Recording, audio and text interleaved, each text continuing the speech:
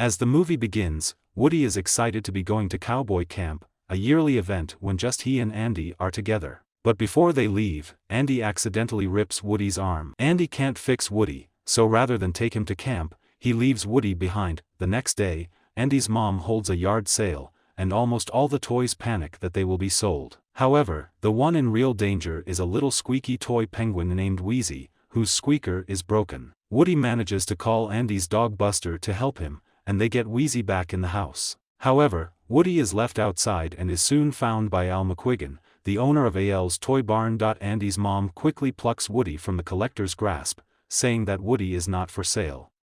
When Andy's mom turns her back, though, Al manages to steal Woody, and quickly rushes off. The toys have seen this from Andy's room, and Buzz rushes outside to rescue his friend. However, the vehicle pulls away, but not before leaving behind a feather. Buzz also notes the license plate, which reads LZTYBRN. Back in Andy's room, the toys review the events as they unfolded, while Buzz uses Mr. Spell to help him decipher the license plate.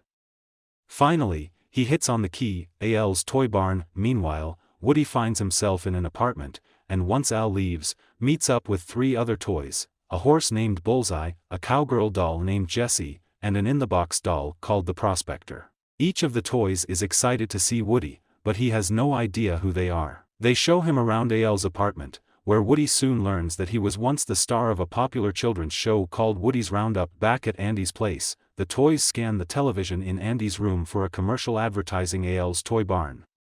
A rescue party is assembled, comprised of Buzz, Potato Head, Ham, Rex, and Slinky Dog. Buzz tells the others that they'll return before Andy comes back from cowboy camp. Meanwhile, Woody has been watching episodes of the old television show in Al's apartment, but is shocked when one episode ends on a cliffhanger.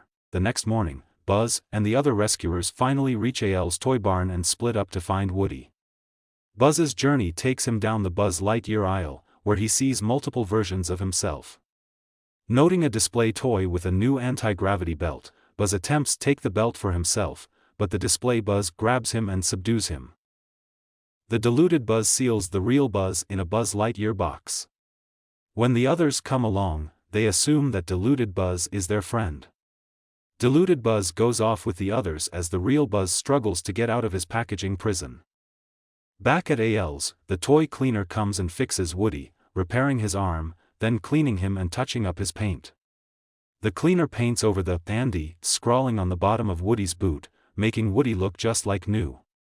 Al then takes the photos he needs, and goes off to his toy store to fax the information over to Japan. Woody tries to tell Jessie about how great Andy is, but Jessie tells him that she once had an owner as well, named Emily. Jessie flashes back to her experiences of being loved, forgotten, and ultimately abandoned by her owner, Emily, depicting how as Emily grew up, Jessie was put aside, and finally tossed into a donations box, never to see her owner again. Woody quietly starts to leave, when the prospector warns that the same thing could happen to him, because he can't stop Andy from growing up.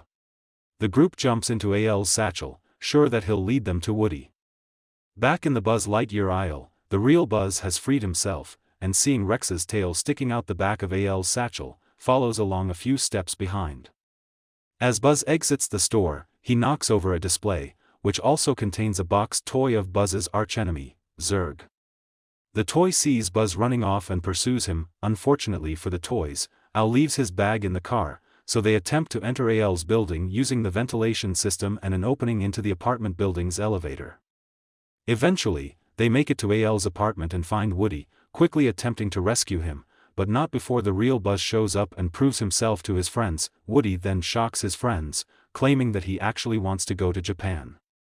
In a near reverse from the first film, Woody eagerly talks about the television show that was centered on his character, and all the related merchandise.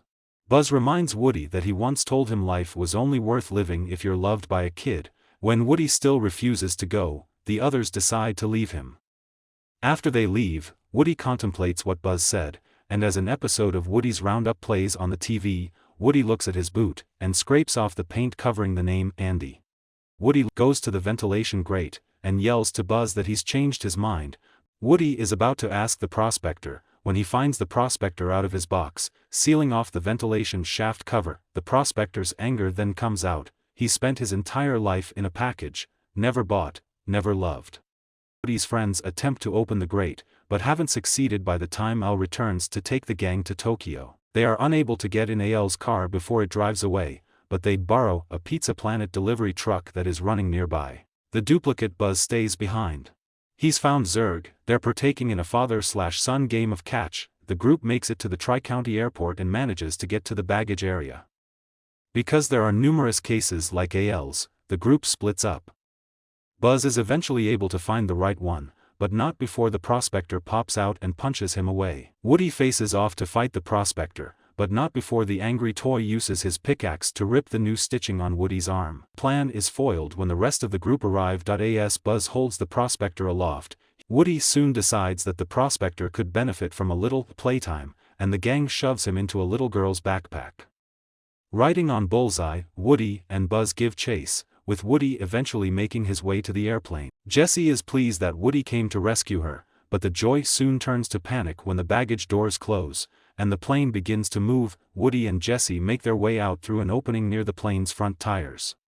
Woody and Jessie manage to swing off the wheel well using Woody's pull string and hop aboard Bullseye just as the plane takes off. The next day, Andy returns from cowboy camp and eagerly looks for his toys. Andy patches up Woody's arm in his own special way, and writes his name on the bottom of Jessie's and Bullseye's feet. Woody is soon overjoyed to see that Wheezy has also been fixed. Woody and Buzz go over to the nearby window, where down below, Andy, Molly, and their mother are playing in the driveway. "I'm proud of you, cowboy," says Buzz, happy that his friend has come to terms with their uncertain future. And that was the best ending of Toy Story 2. If you enjoyed, please do not forget to like and subscribe and share the video to your friends, and I will see you next time.